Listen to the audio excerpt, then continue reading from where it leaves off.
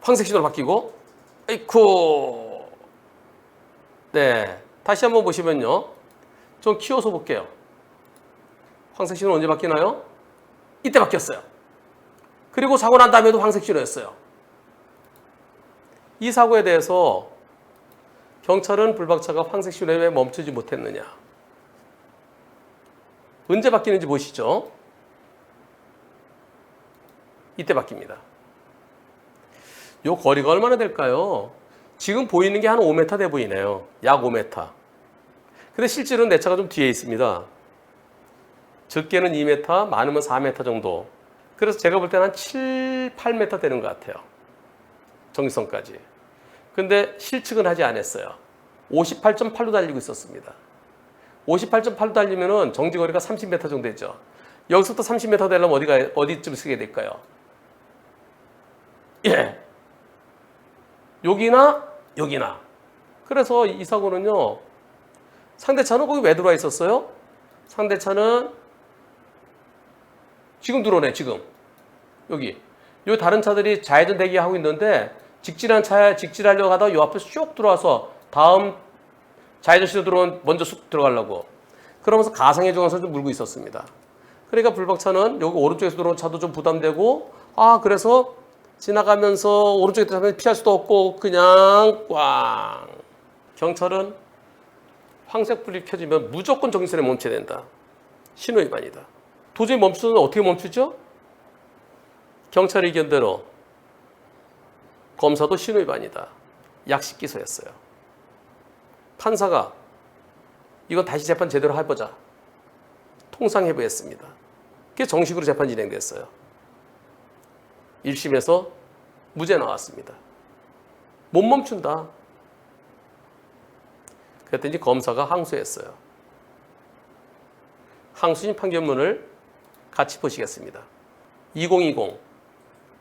2020-2892 요거는 닉네임이에요. 고로고님. 대리운전 기사. 지금은 컨테이너 하고 계십니다. 검사가 항소했어요. 1심 판결은 작년 9월 10일에 선고됐었고요. 항소심 판결은 7월 22일에 선고됐습니다. 검사의 합소를 기각한다. 이유. 피고인이 황색 신호로 변경된 지 약 1초 후에 교차로 정지선을 지나 그대로 교차로에 진입한 것은 신호위반이 명백하다. 검사 주장이에요. 따라서 단서 제2로 신호위반 사고다. 근데 원심은 신호위반이 아니라고 봐서 무죄를 선고해야 되지만은 형식적 판단을 먼저 해야 돼서 그래서 공소기각했다. 이게 신호위반인데 왜 신호위반 아니라 그랬느냐? 판단. 1심은 피고인이 신호위반이라고 볼 수 없다.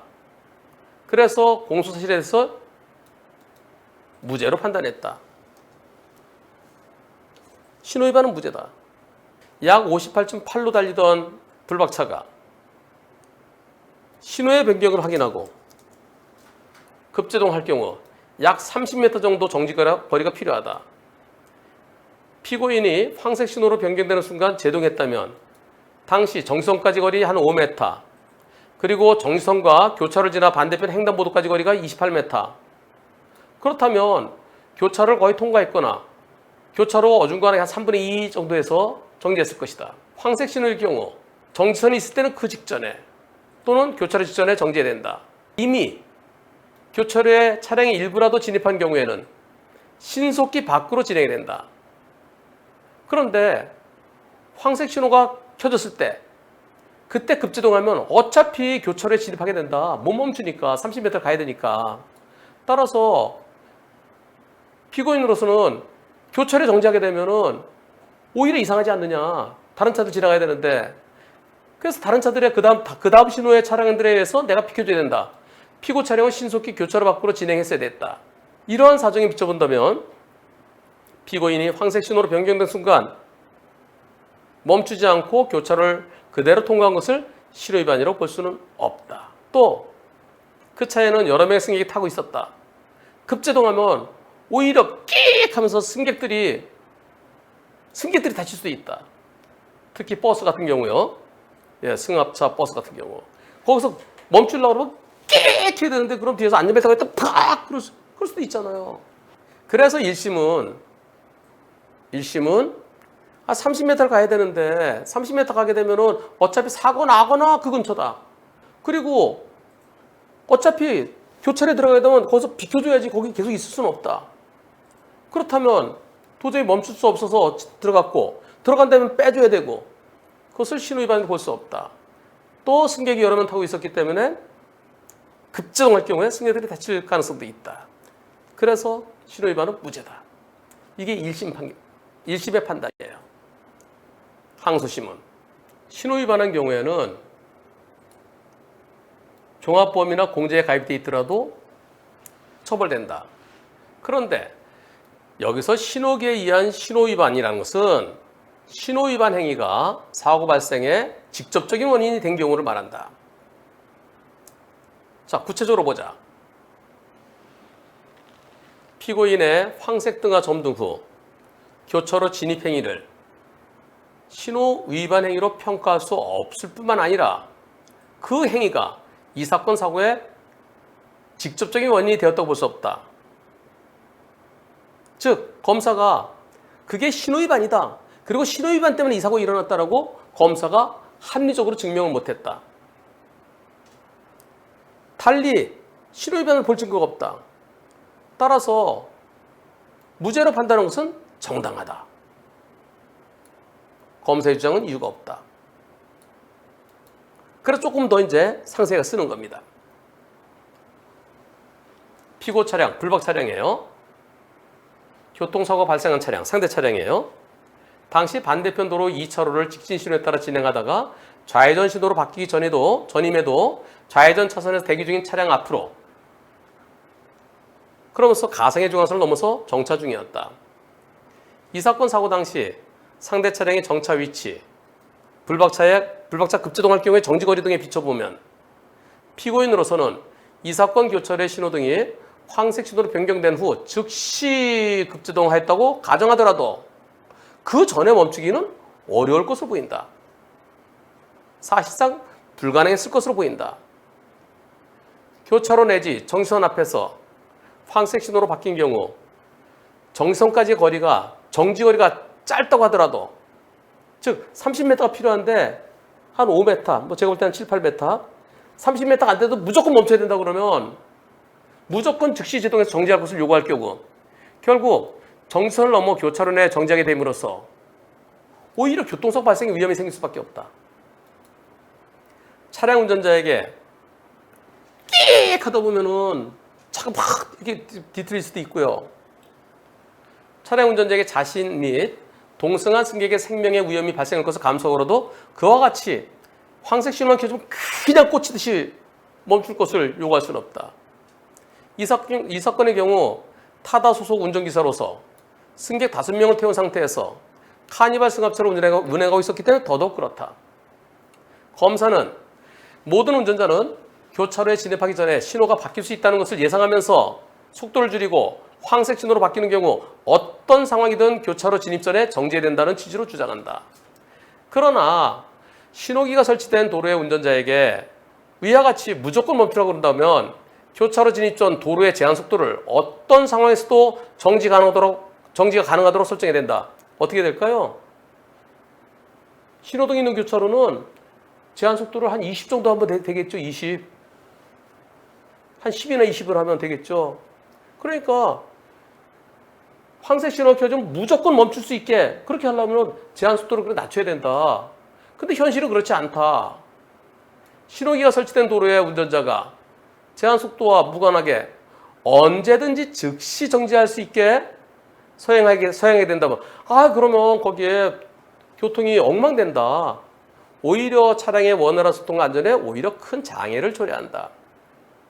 이 사건 도로의 제한 속도는 시속 60이었다. 피고인은 60이 안 되는 58.8로 가고 있었다. 교차로를 한 5m 앞둔 상황에서 녹색 신호가 황색 신호로 바뀐 것인데 저렇게 신호가 바뀔 수 있다는 것을 예상해서 미리 주행 속도를 미리 조절할 것을 기대하기는 어렵다. 제한속도 범위 내에서 가면 되는 거지. 혹시 바뀌면은 한 5m, 7m 앞에서 멈추더라도 즉시 멈출 수 있도록 신호기가 있는 교차로인데 거기서 속도를 팍 줄일 수는 없다. 그것은 신호도가 없는 교차로죠. 서행 의무는. 더군다나 이 사건 교차로의 신호등이 황색 신호로 변경됐을 때 피고인 차량 위치는 정지선로부터 약 5m 후방 지점이었다. 실질은 한 7, 8m 돼 보여요. 그때로부터 피고인 차량이 정지선을 지나기 시작할 때까지 황색 신호로 바뀌고 정지선을 지날 때까지 0.37초였다. 교통사고 분석에 사용하는 일반적인 평균적인 인지 반응 시간 0.7초 내지 1초예요. 위험! 브레이크 밟아! 브레이크 밟기까지가 0.7초에 1초예요. 근데 그거보다 더 그러면 자 0.37초다. 그러면 피고인은 정지선을 넘기 전에 이 사건 교차로의 신호등이 황색 신호로 변경됐다는 것을 인식하지 못했을 가능성도 배제할 수는 없다. 즉, 바뀌었네? 그럼 브레이크 밟아야지? 하는데 0.7 내지 1초가 지나기 때문에 이미 정지선 지난 다음에 브레이크 밟아야 되나? 그런 뜻으로 보입니다. 그리고 또 운전자는요, 눈이 앞에가 있기 때문에 신호등이 저기 있고 운전자는 앞을 보죠. 그래서 나는 이미 정지선을 지난 것으로 느껴지는 경우가 일반적이에요. 반면 앞서 본 바와 같이 피해자는 좌회전 신호로 바뀌기 전이었음에도 불구하고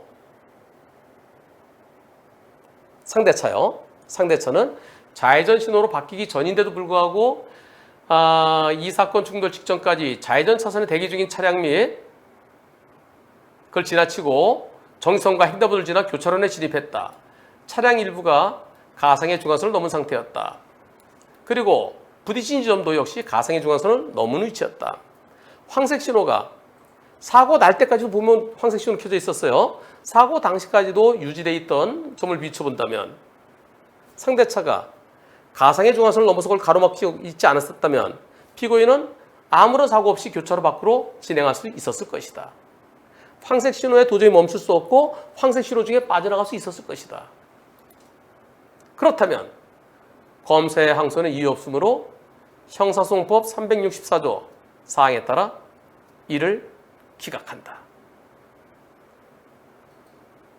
지난 7월 22일 날 선고된 판결입니다. 다시 한번 보시면요. 58.8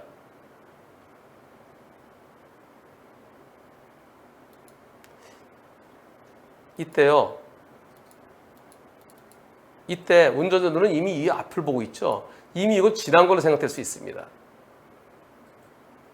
그리고 설령 정선 전이다. 이때 브레이크 아무리 빨리 밟아도요. 0.7 내지 1초는 그냥 지나갑니다. 여기까지 그냥 와요. 여기서부터 끼! 그래서 도저히 멈출 수 없었고 정선을 지나 교차로에 들어가게 되면은 신속하게 빠져나가야 되는 거 아니냐. 그리고 저 차가 없었으면은 그냥 통과할 수 있었을 것이다. 이 판결은 정말 중요한 판결입니다. 딜레마 존에 대해서 이렇게 명확하게 판결된 게 지금까지 없었어요. 제가 알기로는. 이 판결로 인해서 앞으로는 도저히 멈출 수 없었던, 아무리 빨리 브레이크 잡더라도 도저히 피할 수 없었던 그런 사건들에 대해서는 이 판결을 들이밀면 과연 검사가 신호위반으로 볼 수 있을까요? 또 판사도 서울중앙지방법원에서의 항소심 판결인데요. 검사가 상고할 가능성도 있습니다. 오히려 상고했었으면 좋겠어요. 그래서 대법원에서 명확한 딜레마 존 판결이 나왔으면 좋겠습니다. 저는 대법원에 가더라도 똑같이 딜레마 존 인정되는 무죄 판결이 그대로 유지될 것이라고 저는 그렇게 생각합니다.